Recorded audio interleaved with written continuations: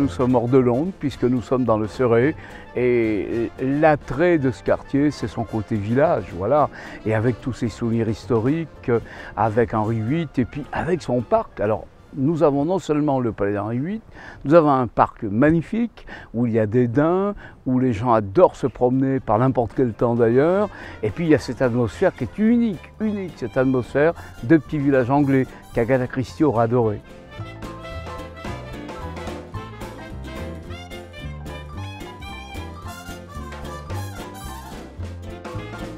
On va parler de ce vieil ami qui s'appelle Henri VIII, qui adorait les femmes et qui pour ça va casser avec l'église de Rome, mais qui va également avoir une lubie, c'est que à chaque fois qu'une de ses femmes était exécutée, à chaque fois qu'on lui coupait la tête, Anne Boleyn par exemple, eh bien il venait ici à Richmond sur un tertre qui s'appelle aujourd'hui King Henry's Mount, et là il regardait et en face de lui il y avait les cheminées du château de Windsor, et si la fumée sortait blanche, ben, ça voulait dire que l'exécution s'était très bien passée et qu'il pouvait se remarier.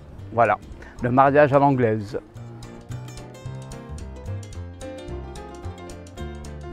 Les Français adorent Richmond effectivement pour la Tamise, pour ce côté village, pour faire de l'aviron, pour faire du bateau, pour se promener dans le parc et jouer avec leurs enfants. Et ils adorent vivre autour du parc. Mais ce n'est pas nouveau, car il y avait une communauté française à Richmond à partir de 1792. Beaucoup d'immigrés de la Révolution française sont venus s'établir à Richmond et d'ailleurs ils sont encore enterrés.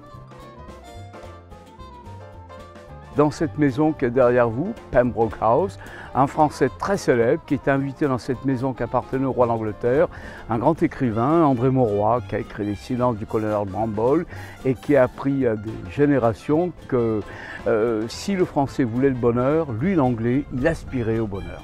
Voilà.